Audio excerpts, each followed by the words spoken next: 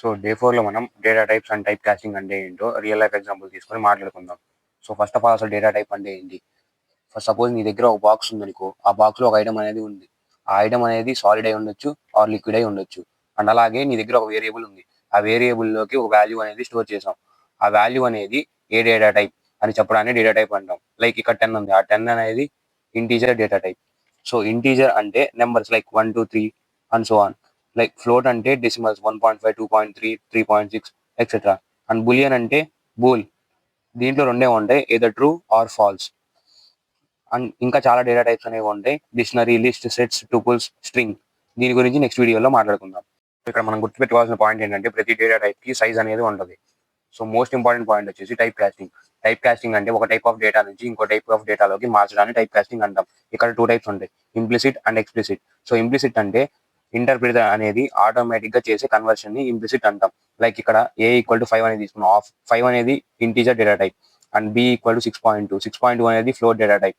C=A+B అని తీసుకున్నాం. ఇక్కడ C ని ప్రింట్ చేస్తున్నాం అండ్ టైప్ ఆఫ్ C ని ప్రింట్ చేస్తున్నాం. సో C ని ప్రింట్ చేసినప్పుడు ఈ రెండు యాడ్ అయ్యి 11.2 అని ప్రింట్ అవుతుంది. అండ్ అలాగే టైప్ కీవర్డ్ యూస్ చేసినప్పుడు అది ఏ డేటా టైప్ లో ఉందో, సో ఇక్కడ బిగ్గర్ డేటా టైప్ అనేది ఫ్లోట్ కాబట్టి ఆ ఫ్లోట్ డేటా టైప్ అనేది ఎక్స్ప్లిసిట్.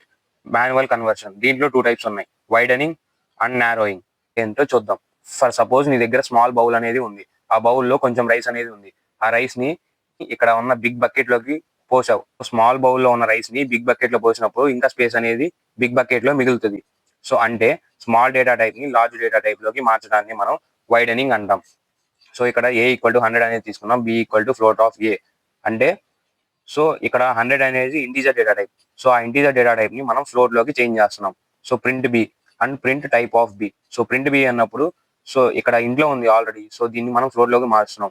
సో ఫ్లోట్ కాబట్టి డెసిమల్. అండ్ అలాగే దీని యొక్క టైప్ వచ్చేసి ఫ్లోట్. నెక్స్ట్ నారోవింగ్. నారోవింగ్ అంటే బిగ్ బకెట్ లో ఉన్న రైస్ ని స్మాల్ బౌల్ లోకి పోస్తున్నాం. అలా పోసినప్పుడు స్మాల్ బౌల్లో ఉన్న రైస్ స్మాల్ బౌల్లోనే ఉంటుంది, బట్ బిగ్ డేటా టైప్ నుంచి స్మాల్ డేటా టైప్ లోకి చేంజ్ చేస్తున్నాం.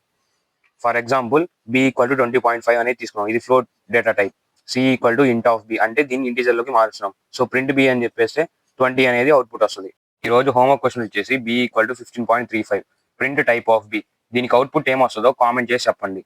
అండ్ అలాగే డే 4 యొక్క నోట్స్ కావాలంటే మన వాట్సాప్ అండ్ టెలిగ్రామ్ ఛానల్ అయితే పోస్ట్ చేశాను, లింక్ వచ్చేసి బయోలో ఉంది. ఇలాగే సింపుల్ అండ్ ఈజీగా పైథాన్ నేర్చుకోవాలనుకుంటే మన అకౌంట్ ని ఫాలో చేసి ఈ వీడియోని లైక్ చేసి మీ ఫ్రెండ్స్కి ఈ వీడియోని షేర్ చేయండి.